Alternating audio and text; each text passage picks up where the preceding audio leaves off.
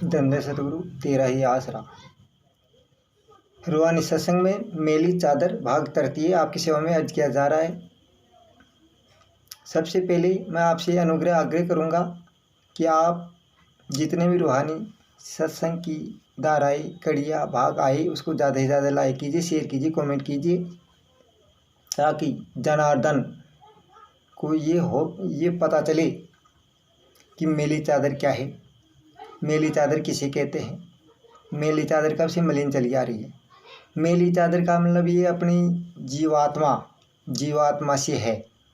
ये अपना जीव क्या है, ये एक जीणी चादर है, ये बहुत जीणी चादर है।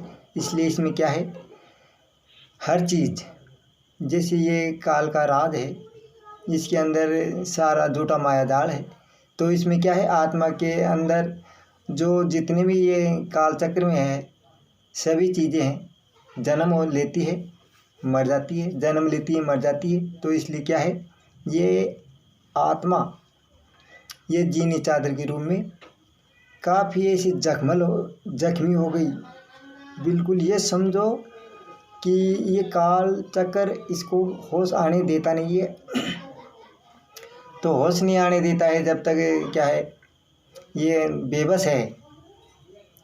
आत्मा क्या है, सतगुरु मौला ने काल के मांगने पर सभी रूहें काल को दे दी थी, जिसके बाद में ये क्या है, काल सभी रूहों को मालिक से लेने के बाद में इसको 84 लाख योनियों के पिंजर बंद कर दिया। अब जैसे इंसान की देह के अंदर आए हैं तो कुछ विवेक रखना चाहिए। अपन बाहर से देखते हैं, बाहर के झूठे झमेले में रहते हैं, अपन सत्य की परख नहीं है, क्योंकि अपनी संगति असत्य मार्ग पर थी, असत्य मार्ग पर है और असत्य मार्ग पर ही चल रही है। सत्य की तो अपन तलाश करते भी नहीं है।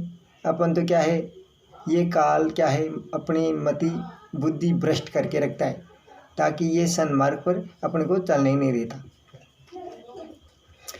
अपन इस सत्य के अंदर जैसे अपने इस शरीर के ऊपर देखे तो ये शरीर किसका है, 5 चीज़ों से बना है, अग्नि जल मिट्टी वायु आकाश। आकाशीय तत्व यह है आत्मा।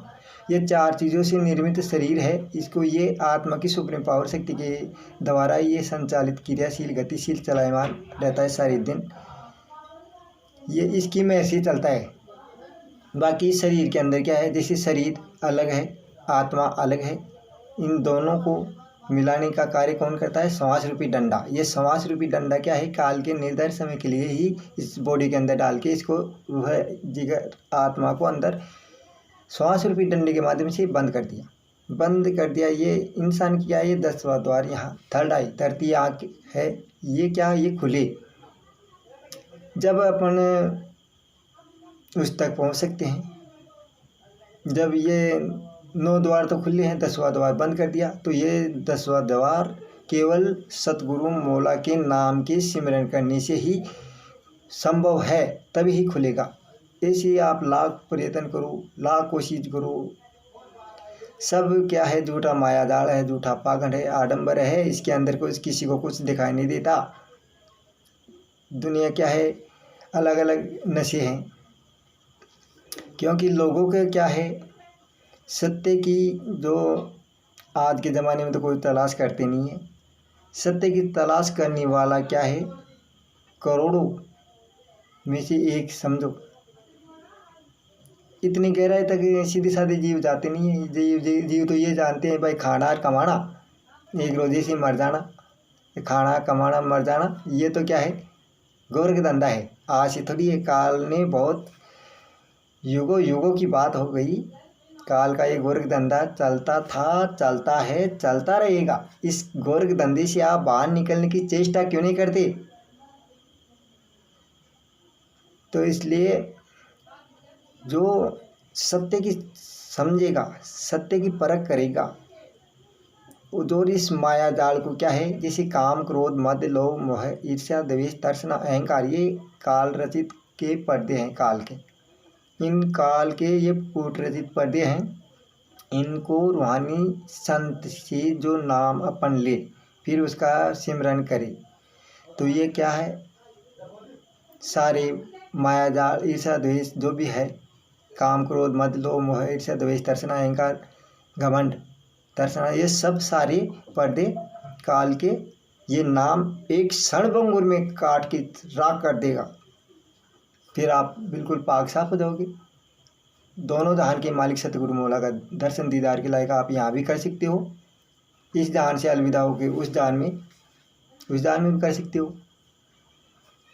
ये क्या है, जैसे लोग बागों के अंदर तो क्या है, ज़्यादातर सत्य की रुचि नहीं रखते। लोग बाग तो क्या है, तेरे मेरे के चक्कर में रहते हैं। इंसान के अंदर जैसे इंसान का मतलब क्या है, जैसे ये इंसान किससे निर्मित हुआ, इसका निर्माण किसने किया, ये किसके आदेश से किसके हुक्म से इंसान की योनि अपने को कैसे मिली, इस सत्य का बोध हर इंसान में नहीं हो सकता। क्योंकि इंसान की योनि 84 लाख योनियों का माजरा हमने पूर्व में कई भागों में डाला है। समझने वाला तो समझ जाएगा, बाकी मूर्ख जैसे अनाड़ी क्या समझेगा। जैसे इंसान, नाम तो इंसान है, ये क्या है, आदम एक हैवान शैतान जल्लाद है, आदम से आदमी बना। तो ये आदमी क्या है, एक ऐसा है, इसके कोई किसी भी प्रकार का कोई इसके दिल में कोई ईमान ही नहीं है, ये बिल्कुल बेईमान है। सब 84 लाख योनियों के अंदर, सब योनियों के अंदर ईमान है, विश्वास है, वो इबादत करते हैं, दोनों जहान के मालिक की बंदगी करते हैं, सजदा करते हैं। लेकिन ये इंसान एक आदम, नाम इंसान है लेकिन आदम से उत्पन्न आदमी, इसके ईमान नहीं है, ये बेईमान है। बेईमानों में से भी बेईमान समझो, महान बेईमान है इन आदमी। तो आदमी को आदमी बिल्कुल नहीं देख सकता। जैसे ये ऐसे हिंसक घटनाएं प्रवृत्ति ये तो हिंसक जानवर करते हैं, वैसे ही ये आदमी करता है।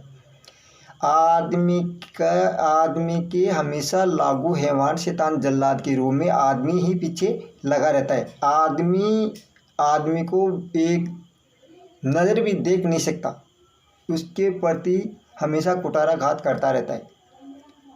वो क्या है, उसके वर्ण इंसान का है लेकिन काम आदम जैसी है। वो जब ये क्या है, आदमी को नहीं देख सकता, तो आदमी तो सबसे गया गुजरा आदमी समझो। क्योंकि वो आदमी को नहीं देख सकता, तो पशु पक्षी जानवरों की बहुत सारी योनियाँ पूर्व में जिक्र किया गया है, उनकी वो क्या सेवा कर सकता है।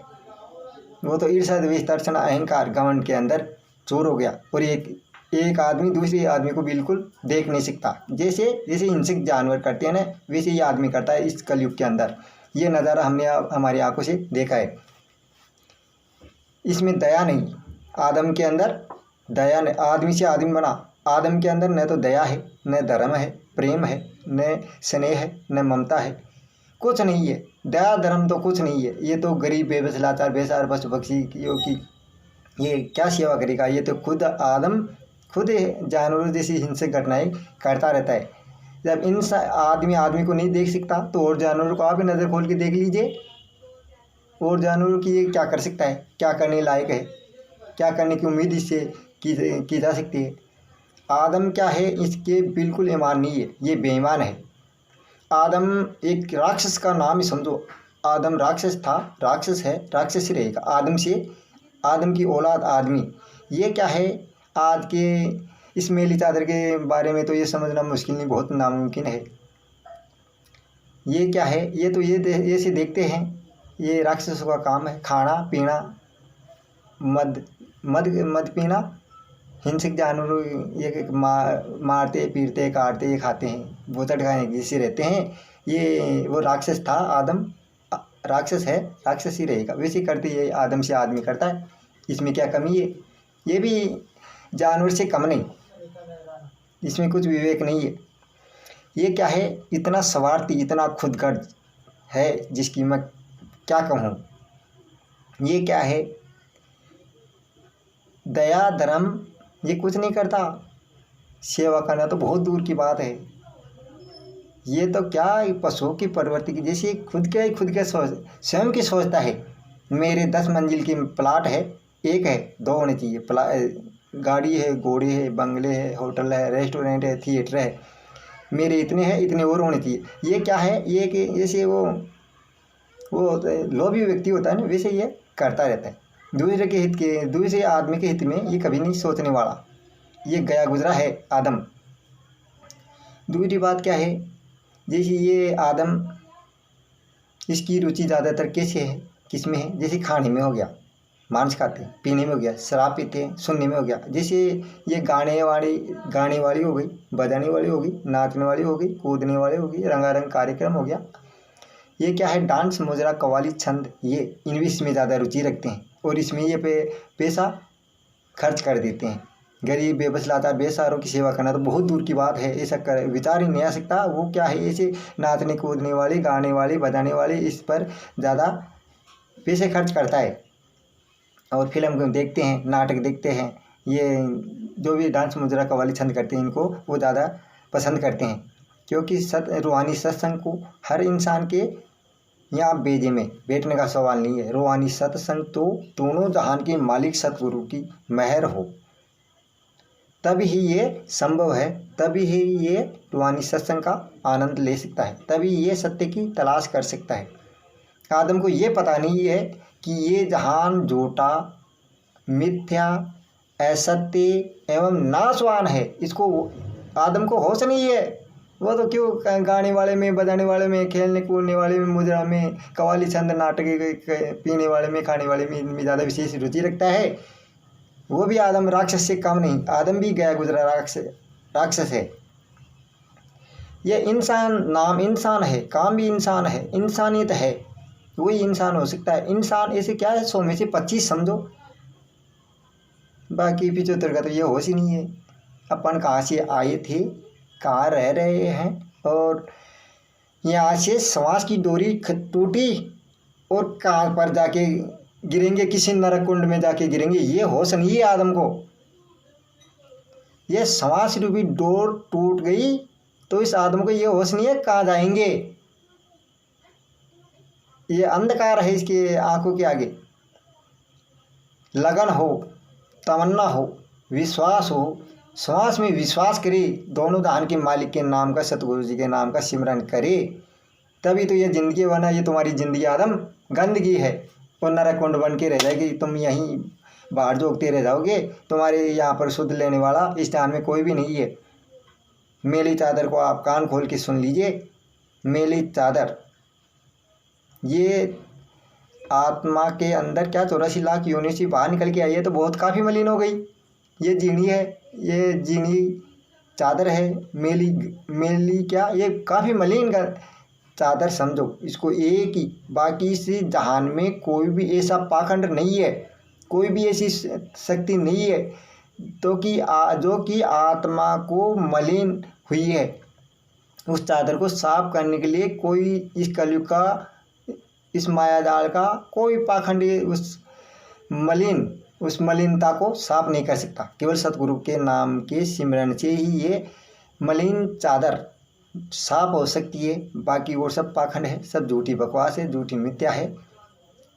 इसकी से मायाजाल से आप बाहर निकलो। अभी वक्त है, वक्त अभी आपके हाथ में है। वक्त के साथ चल रही है, वक्त के साथ आप दोनों दान के मालिक के नाम का सिमरन कीजिए। ये तुम्हारी ज़िंदगी है। यूं ही इंसानी जामा मिला, लेकिन अपने इसका फ़ायदा उठाना था, ये फ़ायदा नहीं उठाया। ये अवसर हाथ में है, हाथ से निकल जाएगा, फिर प्रायश्चित, पश्चाताप करने का अवसर भी काल तुम्हारे को नहीं देगा। तो इसलिए इंसान को धैर्य, ईमान, विश्वास, यकीन, ज्ञान, वैराग्य तभी उत्पन्न हो सकता है।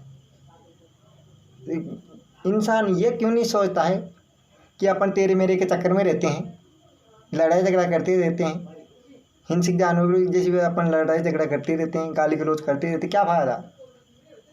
गाली गलौज ये क्या है, मूर्खता वाले काम मूर्ख आदमी करते हैं। उनमें क्या विवेक नहीं है, बुद्धि नहीं है, सोचने समझने की शक्ति नहीं है, स्मरण शक्ति बिल्कुल कमज़ोर है, वो बिल्कुल गए गुजरे समझो। या उस दोनों जहान के मालिक की रहम हो तो ही आदम से आदमी बना था, लेकिन आदम से आदमी हो गया। लेकिन आदमी से इंसान तभी संभव हो सकता है, तभी इंसान आदमी से इंसान तभी हो सकता है जब दोनों धान के मालिक सतगुरु जी का नाम का सिमरन इस 900 नाड़ी बेहतर कोटि के अंदर करे और इस रंग महल का नज़ारा अंदर से देखे, तब सतगुरु मौला के आपको दर्शन हो सकते हैं। केवल नाम के सिमरन से हो सकता है। बाकी आप यहाँ पर कितने माया जाल पाखंड पूजा करते रहो, सब बकवास की बातें हैं, व्यर्थ है। रूहानी सत्संग के अंदर सत्य का ज्ञान कराने के लिए ही रूहानी सत्संग किया जाता है। ये काल रचित कूट रचित जो झूठे माया जाल है आदम से, इनसे आप झूठे माया जाल झूठे पाखंड आडम्बरों से बचिए और इस रूहानी सत्संग को ज़्यादा से ज़्यादा लाइक कीजिए, शेयर कीजिए, कमेंट कीजिए। धन्य सतगुरु तेरा ही आसरा।